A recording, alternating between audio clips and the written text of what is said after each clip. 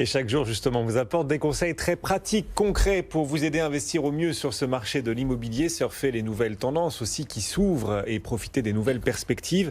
Pour investir en défiscalisant, on vous parle énormément du Pinel depuis maintenant plusieurs années. Sauf que le Pinel pourrait bientôt s'éteindre. Oui, on va en parler avec Stéphane Descartier, le PDG de la Maison de l'Investisseur. Bonjour Stéphane. Bonjour Guillaume, Cédric, bonjour Marie, bonjour à tous. Bonjour Stéphane. Vous êtes porteur de mauvaises nouvelles. Pourquoi, d'après vous, le Pinel devrait-il s'éteindre d'ici 2021 ou d'ici 2022 plutôt, à partir de 2021, fin du Pinel?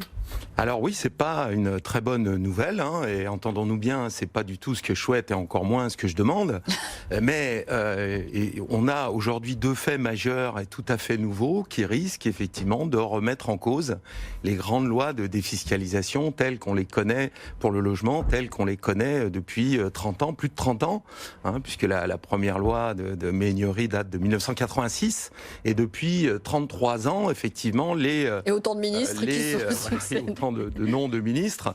Ce marché est perfusé effectivement par de la défiscalisation, par des économies d'impôts. Alors pourquoi, historiquement? Déjà parce que, on l'avait dit plusieurs fois ici, on a mis en place de fortes incitations fiscales pour pallier au départ des institutionnels du logement. Puisqu'il y a 30 ans, on avait tous du logement dans nos assurances vie, et on le sait, les institutionnels ont vendu depuis la fin des années 80 1 million de logements, quand même, sur le secteur intermédiaire, alors que dans le même temps, on gagnait en France près de 5 millions d'habitants. Donc ça a coincé, les prix ont explosé, l'offre, notamment en logement intermédiaire, s'est écroulée. Donc il a fallu mettre et remettre effectivement des lois de défiscalisation pour inciter, cette fois-ci, les particuliers à investir sur le logement. Et alors, on le sait, le fait nouveau, le fait majeur de ces 3-4 dernières années, c'est le retour massif des institutionnels qui étaient partis à l'époque sur le logement, puisque les institutionnels viennent trouver du rendement. Et puis aujourd'hui, le rendement, notamment de l'immobilier commercial, a baissé. Il se rapproche de celui du logement. Donc les institutionnels reviennent massivement. Le fait nouveau, c'est que depuis 2-3 ans, depuis leur retour, ils investissaient plutôt dans des parcs de logements existants, en rachetant notamment des parcs très importants, notamment de la SNCF et d'autres bailleurs semi-sociaux. Mais cette fois-ci, les institutionnels arrivent sur le neuf. Et je dirais, ils font leur marché, mais dans des proportions très importantes. Il ne se passe pas une semaine sans qu'on ait l'annulation d'un programme neuf qui devait sortir parce qu'il a été capté par un institutionnel. Ah oui.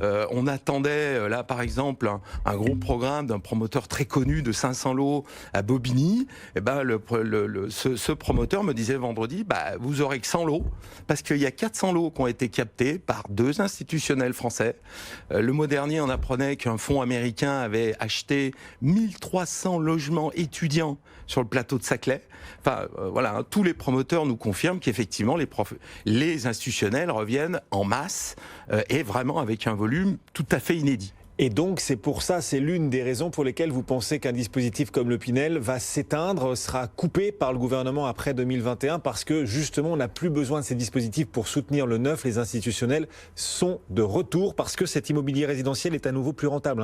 Oui, parce que c'est le meilleur mix aujourd'hui entre la sécurité, le fait d'être préservé de l'inflation également sur l'immobilier. On repart quand même avec pas mal d'inflation.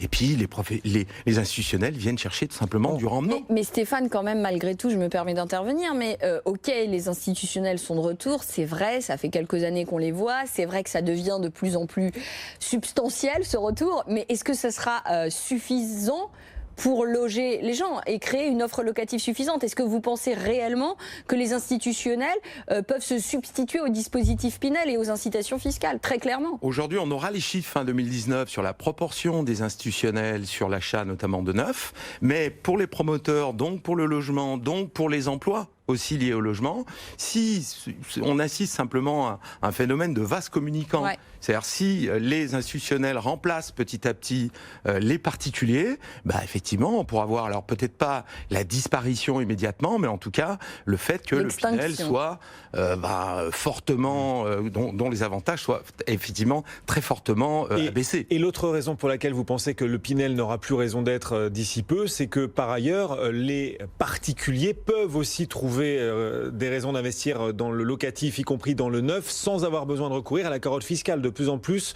le neuf les attire sans la carotte fiscale, ou a des raisons de les attirer sans la carotte fiscale. Oui, alors bon, on est sur des chiffres aussi là totalement inédits, hein, notamment sur l'ancien. Les investisseurs particuliers on bat tous les records là cette année sur l'investissement locatif en ancien. On va être à plus de 250 000 ventes de particuliers qui investissent dans l'ancien à but locatif. Et dans l'ancien, il n'y a pas d'avantages fiscaux, à part peut-être sur des opérations en déficit, etc. Et quand on regarde objectivement aujourd'hui, il y a de moins en moins de différences, et notamment sur les zones tendues, on a plein de secteurs où les prix du neuf et de l'ancien, il y a de moins en moins de différences, on est à peine à 20%, et il y a de plus en plus, notamment sur le neuf d'investisseurs, notamment sur les petites surfaces, les studios, les T2, qui investissent sur du neuf, mais sans Pinel. Tout simplement pour avoir plus de rendement. Et parce qu'on rappelle en Pinel, les loyers sont plafonnés. Exactement. Absolument. En Pinel, en zone tendue, on va faire du 3%, 3,5% avec les plafonds Pinel. Mais si vous investissez sans Pinel, vous allez pouvoir aller chercher du 4,5, voire 5% de rendement si vous êtes sur le Pays Genevois ou certains secteurs haut de gamme de la Côte d'Azur. Ce qui fait que là, les différences entre notamment les rendements dans l'ancien qui sont autour de 5, 5,5 et les rendements dans le neuf, si on va chercher du 4,5, du 5, avec les avantages du neuf, on n'a pas de travaux, on a des frais de notaire réduits, etc.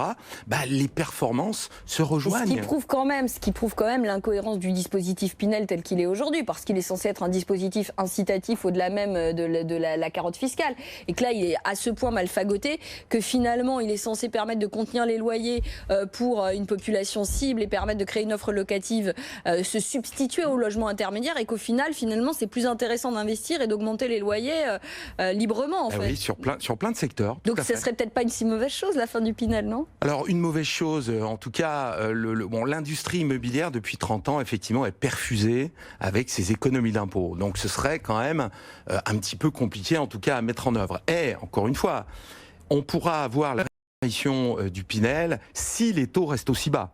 Mais c'est vrai que, on le sait, ça fait 3 ans qu'on se dit les taux vont augmenter, et c'est absolument pas ce qui se passe. Ils ont encore baissé en juillet à la stupéfaction générale. Comme le disait Nicolas Dose l'autre jour sur votre antenne, aujourd'hui on s'appauvrit en épargnant et on s'enrichit en empruntant. Aujourd'hui, même sur du neuf, sans Pinel, si vous faites du 4,5% avec un taux d'emprunt à 1,5, voire moins, sur 20 ans, on voit des 1,20, 1,30. Des 0,8. Le taux interne de rendement de votre opération est à plus de 6%. C'est-à-dire que c'est sans les économies d'impôts. C'est-à-dire que c'est 3 fois ce que va faire aujourd'hui un bon contrat d'assurance vie. Donc voilà, c'est vrai que... Alors, et en plus, c'est pas comme si le gouvernement cherchait à faire des économies.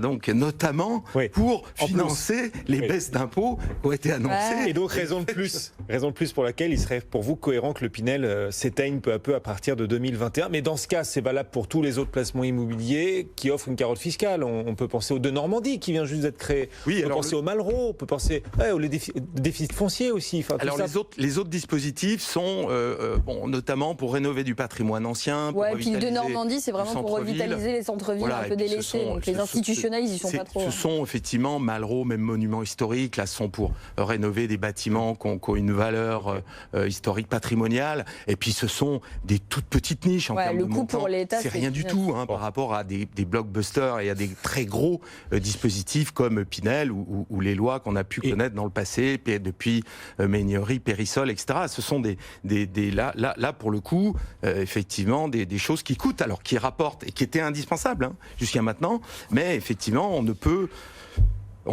que, effectivement, malheureusement, encore une fois, mais c'est vrai qu'il est quand même hautement probable que le gouvernement actuel ou futur réfléchisse à 2 fois avant de renouveler. Alors, donc pour ceux qui s'intéressent au Pinel, dépêchez-vous parce qu'à partir de 2021, il sera peut-être remis en cause. Voilà, c'est votre message. Alors, dépêchez-vous. Alors, dépêchez-vous parce que dépêchez-vous, c'est pas intéressant, c'est ce que vous nous dites. Quand même, le Pinel n'est pas intéressant par rapport au loyer libre, mais dépêchez-vous quand même.